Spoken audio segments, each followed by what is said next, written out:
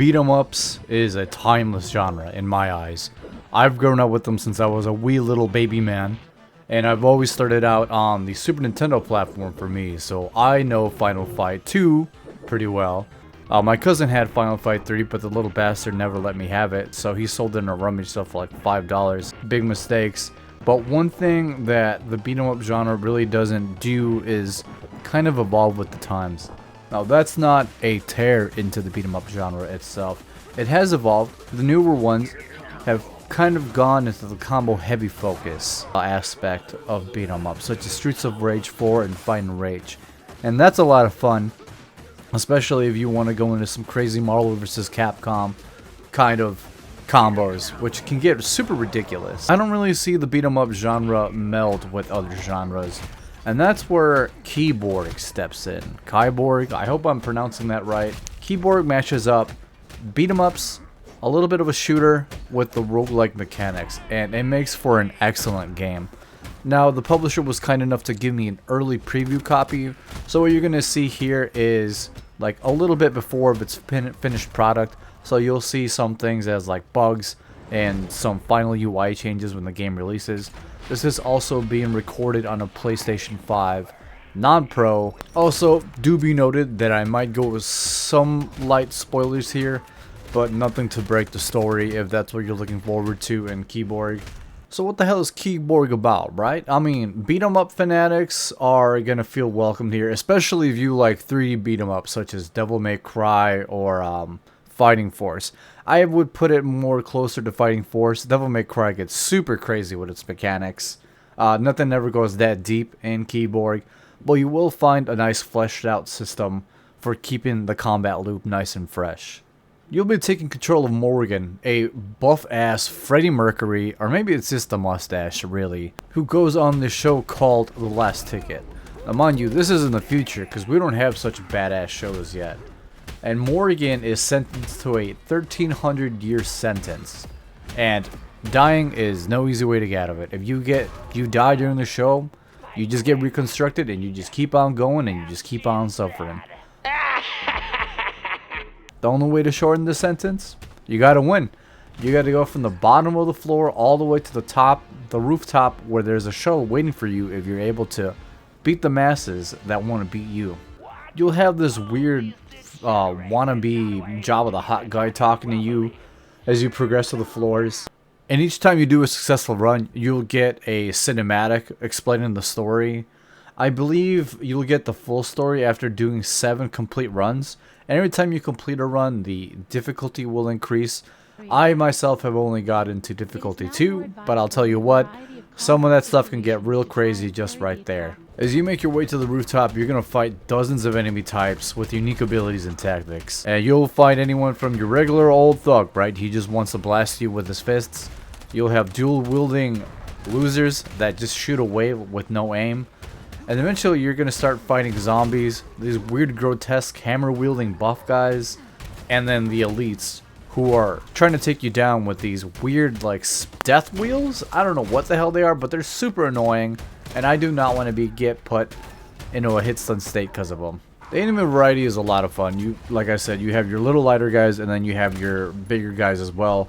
Once in a while, you'll run across a type of an elite enemy, and if you successfully beat them, you get to absolutely tear their heart out in a grotesque fashion and give yourself an implant. And this is where Kiborg really shines in the beat 'em up roguelite genre mix. So as you progress through the floors, Morgan, or the player, will be able to pick from different implants. And these implants can give you a different amount of varieties, right? It's like a mix and match. You have implants that will allow you to do freeze attacks, elemental attacks, ones that'll give you like a fire dash, or every few seconds you'll let out an electric wave, damaging and stunning enemies around you. And you can get some really broken builds if you're lucky enough to get the right implants. Implants are also part of sets. Once you have a certain amount of implants for the set, you'll have minor synergy and major synergies, making you even more powerful. The weapons here are also super fun. So weapons are categorized into your melee, your offhand, I shouldn't say offhand, I'm just going to call them secondary, and then your primary. Your melee weapons are exactly what you think. It's going to be knives, it's going to be dual bat, it's going to be axes.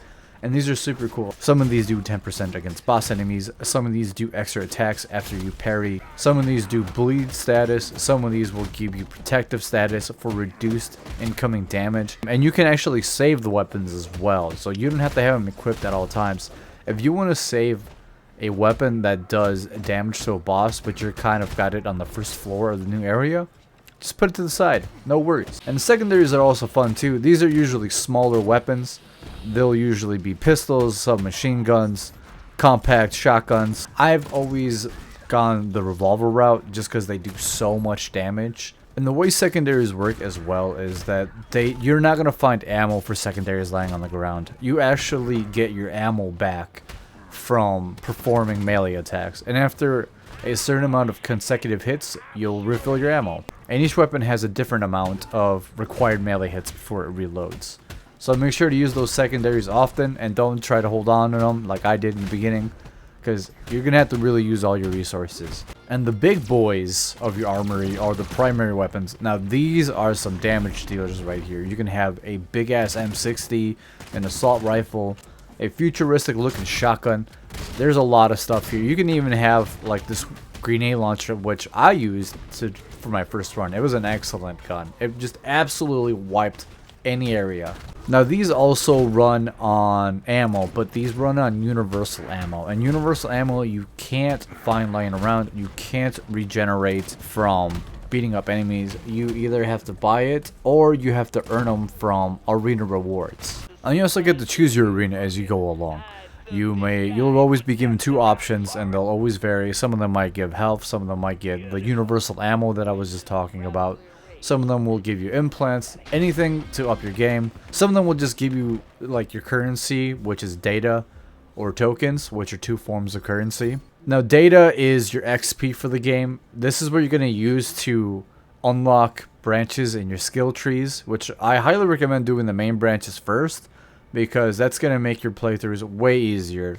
And as always, I would say this in every roguelike, don't be discouraged if you die. That's the whole thing of this game. You die, you get your XP, whatever the game's form of XP is, and then you unlock new abilities, making the next run more successful. Tokens, on the other hand, you can't bring that back once you die. That is the currency that is used for shops during your run.